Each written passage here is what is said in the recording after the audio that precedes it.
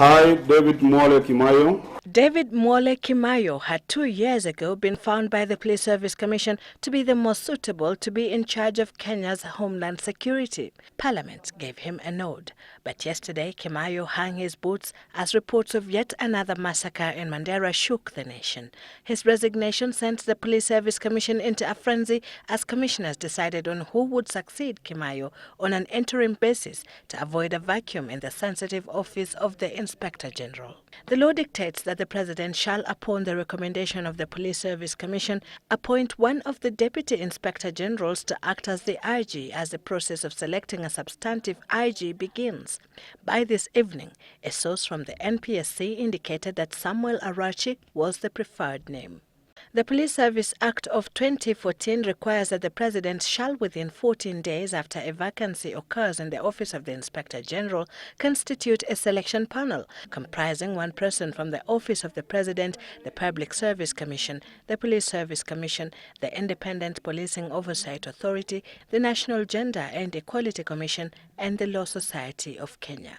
7 days after convening, the selection panel is expected to invite applications by advertising the position, shortlist applicants, conduct interviews, and submit names of 3 qualified candidates to the President. The President's nominee will have to be approved by Parliament.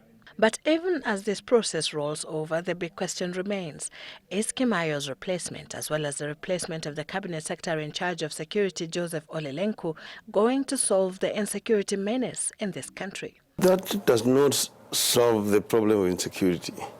Now, you start usually with individuals. That's why in all civilized societies, when a thing like this happens, individuals take responsibility and move out of the way.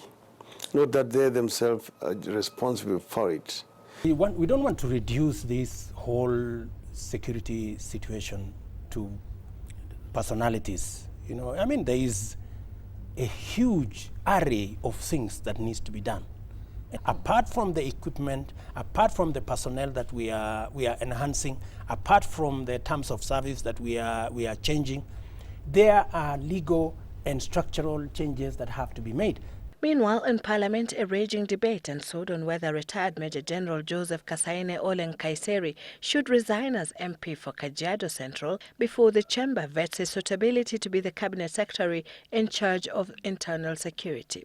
The President has already presented his nomination to the Speaker of the National Assembly, Justin Muturi, who has since submitted the name to the Parliamentary Select Committee. Sylvie Chebet, Citizen Business Center.